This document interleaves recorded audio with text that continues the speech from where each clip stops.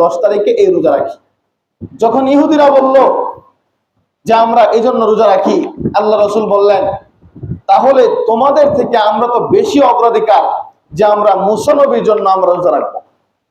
এরপর থেকেই আল্লাহ হাবিব সাল্লাল্লাহু আলাইহি সাল্লাম সারা মদিনার মধ্যে ঘোষণা দিয়ে দিলেন যে এখন থেকে আমরা মুসলমানও 10 মুহররম মুসা নবীর শুকরিয়া স্বরূপ আমরা এই 10 মুহররমের আশুরা রোজা রাখবো।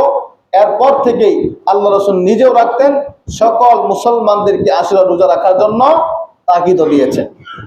তবে এখানে একটা কথা আছে, যেহেতু ইহুদিরা একটা রোজা রাখতো আশুরা 10 তারিখে, মুহররমের 10 তারিখে আশুরার একদিন রোজা রাখতো, এজন্য আল্লাহ রাসূল বলেছিলেন যেহেতু ইহুদিরা একটা রোজা রাখে, এখন যদি আমরাও একটা রাখি 10 তারিখেই রাখি তাহলে কেমন জানি তাদের সাথে মিল হয়ে যায়, তারা ইহুদি আমরা মুসলমান, এটা দেখতে কেমন দেখা যায়।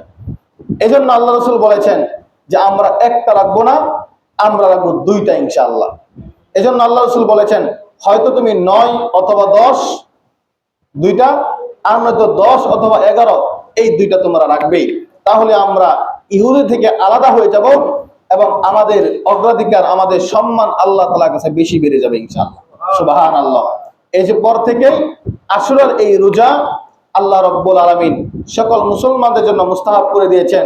আমরা যারা পারি 10 মুহররম আশুরার এই 2টা রোজা আমরা রাখার চেষ্টা করব ইনশাআল্লাহ। আল্লাহর হাবিব সাল্লাল্লাহু আলাইহি ওয়াসাল্লাম হাদিসে পাকের মধ্যে ইরশাদ করেছেন যদি কোনো মুসলমান, যদি কোনো ব্যক্তি মুহররমের 10 তারিখ আশুরার রোজা যদি কোনো ব্যক্তি রাখে, কোনো মুসলমান যদি আশুরার রোজাকে রাখে, তাহলে আল্লাহ রাব্বুল আলামিন ওই বান্দার পিছনের সমস্ত গুনাহগুলো মাফ করে দিবেন। সুবহানাল্লাহ। শুধু তাই নয়, মুহররম মাসে যদি কোনো বান্দা, কোনো মুসলমান, কোনো ব্যক্তি যদি মুহররম মাসে একটা রোজা রাখে, তাহলে অন্যান্য মাসে একটা রোজা রাখলে যে পরিমাণ সওয়াব হয় তার তুলনায় মুহররম মাসে যদি একটা রোজা রাখে তাহলে তার থেকে বেশি সওয়াব তার আমলনামায় দেওয়া হবে। সুবহানাল্লাহ। তাহলে অন্যান্য মাসে একটা রোজা রাখলে যে সওয়াব, মুহররম মাসে যদি কেউ একটা রোজা রাখে তাহলে সেই একটা রোজার তুলনায় এই একটা রোজার সওয়াব বেশি আল্লাহ তাআলা দিবেন। এজন্য এই মুহররম মাস সারা মাস রোজা রাখতে হবে আমরা এটা বলি না, রাখতেও হবে না। আপনি সারা মাসের তুলনায় যেহেতু আশুরা রোজা আছে, এই আশুরার 2টা রোজা 9 অথবা 10, 10 অথবা 11 এই 2 থেকে একদিন আমরা রোজা রাখলেই আমাদের হয়ে যাবে ইনশাআল্লাহ।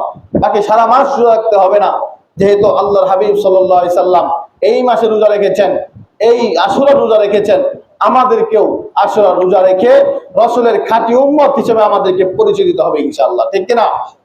এজন্য এই আশুরা রোজা, মুহররম মাস, আরবি মাসের প্রথম মাস, এই জিনিসগুলো আমরা মনে রাখতে পারি না, খেয়াল রাখতে পারি না।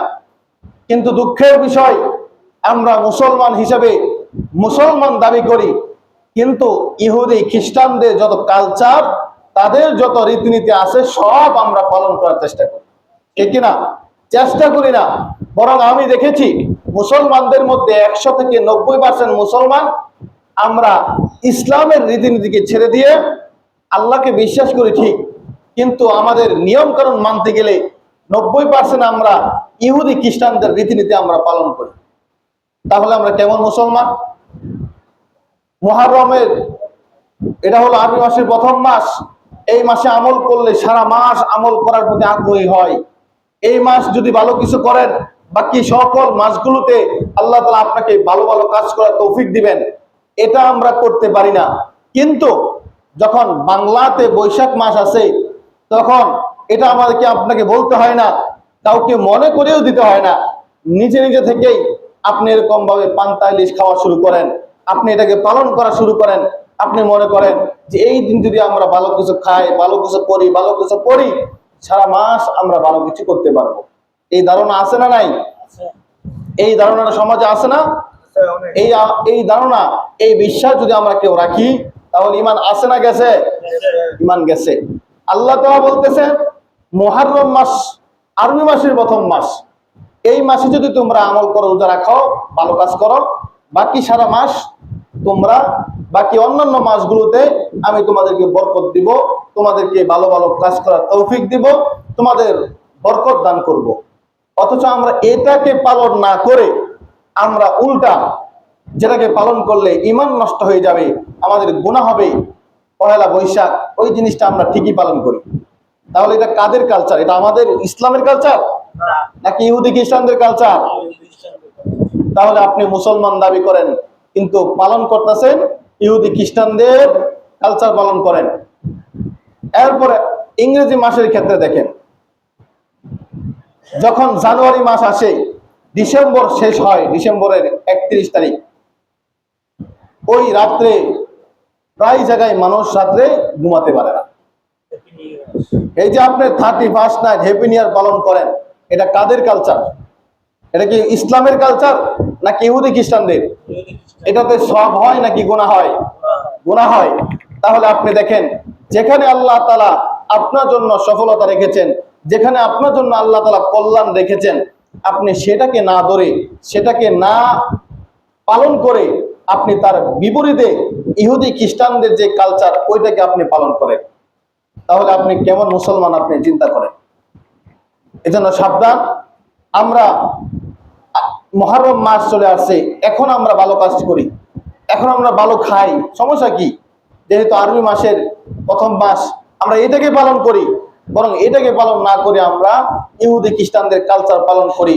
আপনি ইহুদি খ্রিস্টানদের কালচার পালন করে ওইটাকে আপনি গ্রহণ করে অন্তরে ধারণ করে আপনি মুসলমান দাবি করবেন আর জান্নাতের আশা করবেন, এটা বোকামি ছাড়া আর কিছুই হতে পারে না, ঠিক কিনা? এজন্য আমাদেরকে আল্লাহ রাব্বুল আলামিনের যে হুকুম, রাসূলের যে তরিকা, রাসূলের যে হুকুম, এইগুলোকে আমাদের পালন করতে হবে, এর বাহিরে আমাদের কোনো কল্যাণ নাই। এরপরে বিশেষ করে মুহররম মাস আসলে শিয়া সম্প্রদায় একটা দল আছে, তারাও মুসলমান দাবি করে কিন্তু এটা মুসলমান না। বিশেষ করে তারা দেখবেন, আমরা অনেকে মোবাইলে দেখেছি যে হাসান হুসাইন বলে চাবুক দিয়ে বা ছুরি দিয়ে হাত কাটে, চাবুক দিয়ে নিজের শরীরে নিজে মারে, এরকম ভিডিও দেখছেন হয়তো অনেকে। এটা কিন্তু মুহররম মাসে শিয়ারা এই কাজটা করে। যে কারবালার ইতিহাস অনেকে আমরা জানি, হয়তো মনে নাই, কিন্তু এটা তো জানি যে কারবালার মধ্যে হুসাইন রাদিয়াল্লাহু তাআলা আনহু, হাসান রাদিয়াল্লাহু তাআলা আনহু যেই শাহাদাত বরণ করেছিলেন, ওইটাকে নিয়ে অনেক লম্বা ঘটনা, সেটা এখন বলা সম্ভব না। এখন শিয়ারা ওইটাকে পালন করে, তারা মুহররম মাসে এটা পালন করে মানুষকে পথভ্রষ্ট করতে চায় যে হাসান হুসাইন তারা এরকম ভাবে, হাসান রাদিয়াল্লাহু তাআলা ওই দিন শাহাদাত বরণ করেছিল, তার সুখ আমরা পালন করি। আচ্ছা বলেন তো, মানুষ এত বোকা কিভাবে হয়? একজন মানুষ মারা গেছে, তার সুখ পালন করতে হলে আমাকে আল্লাহর কাছে দোয়া করতে হবে, তার সুখ পালন করতে হলে আমাকে দোয়া করে কান্না করতে হবে, তার জন্য দোয়া করতে হবে, বা মানুষ গরিব অসহায় যারা আছে তাদেরকে কিছু দান শ্রদ্ধা করতে হবে, তাদেরকে খাওয়াবো, এটাকেই না সুখ বলে, ঠিক কিনা? এখন আপনি যদি সুখ পালন করতে গিয়ে নিজের শরীর কাটেন, নিজের শরীরে চাবুক মারেন, আগুনের মধ্যে জাপ মারেন, এটাকে সুখ বলা হয়? এটা তো পাগলামি, এটা সুখ না, এটা তো পাগল। এজন্য সাবধান, আমরা এগুলোর দিকে যাব না ইনশাআল্লাহ। এরকম ভাবে আমরা যেহেতু সুখ পালন করে, এখন এই ক্ষেত্রে আরেকটা জিনিস বলতে হয় যে আমরা মুসলমান, কিন্তু মুসলমান দাবি করি, নামাজও পড়ি, অনেক সময় দাড়িও আছে, চলাফেরাও ভালো, কিন্তু আমার যখন জন্মদিন আসে, আমার মেয়ের বা আমার ছেলের যখন জন্মদিন আসে, তখন আমি ভুলে যাই যে আমি মুসলমান। জন্মদিন আসছে, আমাকে সেই ইহুদি খ্রিস্টানদের মতো কেক আনতে হবে, হ্যাপি বার্থডে করতে হবে, এমনকি বক্স আনতে হবে, বক্স এনে সারা রাত মানুষদেরকে ঘুমাতে দেওয়া যাবে না। আমার ছেলের বা আমার মেয়ের বা আমার পরিবারের কারো জন্মদিন, এই জন্য সারা রাত মানুষ ঘুমাতে পারবে না, আমার সাথে সবাই উদযাপন করতে হবে। এরকম হয় কি হয় না? জন্মদিন যদি পালন করেন, আল্লাহ রাসূল সাল্লাল্লাহু আলাইহি সাল্লাম বলেছেন, যারা জন্মদিন, জন্মবার্ষিকী, মৃত্যুবার্ষিকী, বিবাহ বার্ষিকী, এরকম যত বার্ষিকী আছে, এগুলো যদি কোনো মুসলমান পালন করে, তাহলে হাসরের ময়দানে আল্লাহর হাবিব সাল্লাল্লাহু আলাইহি সাল্লাম ওই মুসলমানদের জন্য সুপারিশ করবেন। নাউজুবিল্লাহ। তাহলে এখন আপনার হাতেই দিয়ে দিলাম, আপনি চিন্তা করেন, আপনি জন্মদিন পালন করবেন কি করবেন না, আপনি মৃত্যুবার্ষিকী পালন করবেন কি করবেন না, বিবাহ বার্ষিকী পালন করবেন কি করবেন না, এটা আপনার ইচ্ছা। যদি আপনি চান যে আমার সুপারিশ আল্লাহ রসুল না করুক, তাহলে আপনি করেন। আর যদি চান যে না, আমার সুপারিশ আল্লাহ হাবিব সাল্লাল্লাহু আলাইহি ওয়াসাল্লাম করবে, তাহলে আমরা এই কাজগুলো থেকে বিরত থাকবো ইনশাআল্লাহ। পারবেন না? ইনশাআল্লাহ। আল্লাহ রাব্বুল আলামিন আমাদের সকলকে আরবি মাসের যে হিসাব, এই হিসাবগুলো রাখতে পারি এবং আরবি মাস হিসাবে আমরা আমাদের জীবনকে চালাতে পারি। যেভাবে আমাদের রসুল চলে গেছেন, যেভাবে আমাদের রসুল নিয়ম কানুন মেনে চলেছেন, আমরাও যেন সেরকম ভাবে চলতে পারি। এবং সামনে আশুরা রোজা আছে, দুইটা রোজা যেন আমরা সঠিকভাবে রাখতে পারি এবং আমরা যেন জন্মবার্ষিকী, মৃত্যুবার্ষিকী, বিবাহ বার্ষিকী, যত এরকম বার্ষিকী আছে, কুলখানি আছে, সকল কিছু থেকে যেন আমরা বেঁচে থাকতে পারি। আল্লাহ রাব্বুল আলামিন তৌফিক দান করুন, সকলে বলে আমিন। এরপরে বিশেষ করে আমরা যতই আপনাদেরকে বুঝাই না কেন, যতই কোরআন হাদিস দ্বারা বুঝাই, এরপর আমি দেখি মানুষ জন্মদিন পালন করেই, এরপরে মানুষ মৃত্যুবার্ষিকী পালন করেই।